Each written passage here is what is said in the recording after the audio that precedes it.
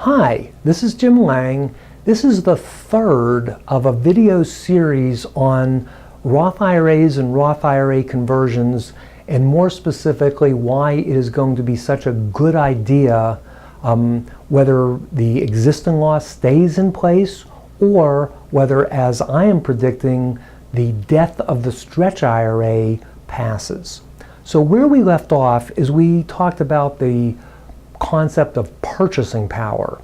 And I said that with a Roth IRA conversion based in purchasing power, that both Mr. Status Quo and Mr. Roth IRA conversion, it was actually a tie measured in purchasing power on day one. And then I promised in this video I would say, okay, let's roll this forward. Let's take Mr. Status Quo with his tax-deferred growth in the IRA, the taxable growth in the after-tax dollars, and let's say make reasonable projections, run it forward for 20 years. Then we're going to do the same thing for Mr. Roth, but Mr. Roth is having it grow income tax-free. All right, so, and by the way, whatever I come up with, I'm sure that you're going to believe, because you believe everything that you see on a YouTube, right? Oh, you don't? Well, what if I told you I was an attorney? Then you certainly would believe everything that an attorney says, right? Oh, you still don't. What if I said I'm also a financial advisor? Would you then think, oh, well, financial advisors are always right, I believe everything? Oh, no, okay, well, I knew, and this goes back to 1997, that Roth IRA conversions were going to be really big, and they were going to be very important for IRA owners that I tend to specialize in. But I thought, okay, I have all this analysis proving how wonderful they are. How can I get people to believe me? Why should somebody believe me?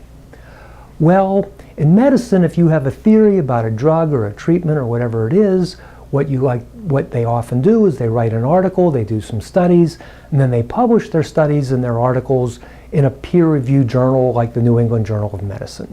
Well, we do the same thing in the tax world, but we don't use the New England Journal of Medicine. We use a peer-reviewed journal, meaning that we have these nitpicking CPAs who just want to tear my head off, trying to find mistakes, but you submit the article to them, and if it passes muster, and it's not easy to pass muster with those guys, it's ultimately published in a peer-reviewed journal.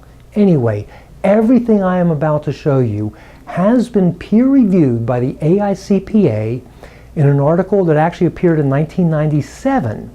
Now you might say, well, gee, weren't the tax rates a little bit different then, and didn't the results change a little bit? And yet the answer is yes, but taxes were even higher back then, which means back then they actually had a bigger benefit of doing Roth IRA conversions. Now just to make it, let's say, more modern for you or more up to date, I have used current rates. But anyway, using current rates with really peer-reviewed information, let's compare Mr. Status Quo, who doesn't make a Roth conversion, versus Mr. Roth, who makes a $100,000 Roth IRA conversion. They both invest the money for 20 years, and let's see who does better. And what you can see on the slide, and in red, that is where Mr. Roth is. Now you'll see that it's not a huge amount measured in purchasing power more than Mr. Status Quo, who's in blue. In fact, in 20 years, Mr. Red or Mr. Roth conversion is only about this much better off than Mr. Status Quo that is represented in blue. Well, this much is $50,000. Think about this. Now, we're not talking about your kids or your grandkids. We'll get to that in a different video. You yourself, or your spouse, if you don't live 20 years, but you yourself will be better off using this peer-reviewed analysis by $50,000 if you make a Roth IRA conversion of $100,000. Now, I am going to put all the assumptions that I used on the slide, and those assumptions probably would be a little bit different if I did them today. I'm using an 8% rate of return, which most people would say is too high, and if I used a lower percentage, the advantage of the Roth would be lower. So I want to be fair, full disclosure. On the other hand, I wanted to be as consistent as I could with the original analysis. But still, $50,000 better off in purchasing power, forgetting kids, forgetting grandkids, so even forgetting the death of the stretch IRA. And the other beauty about the Roth IRA conversion is, yes, you can do a lot of things for your heirs, and we certainly talk about a lot of things, like the cascading beneficiary plan and even Roth IRA conversions, but also things like life insurance and trusts and all these different things.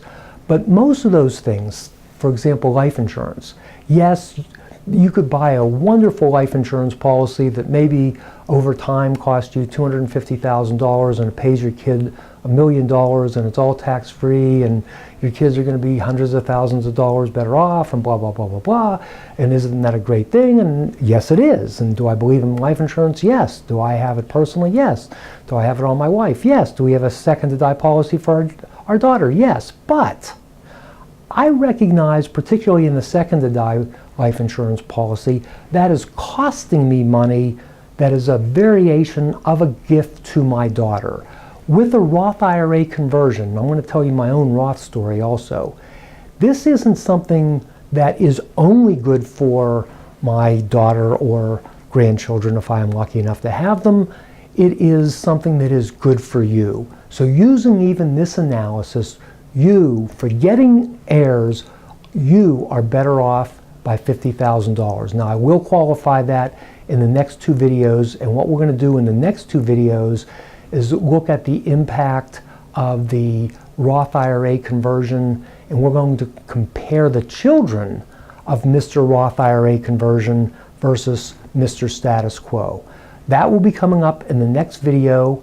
I hope that you are finding this helpful. The other thing is, it's really important, this is not an intellectual exercise. I actually want you to hopefully find the appropriate advisor and implement some of these strategies, because it can make an enormous difference for both you and your family.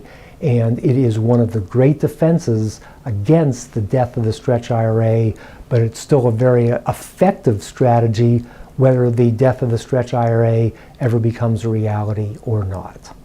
Thank you.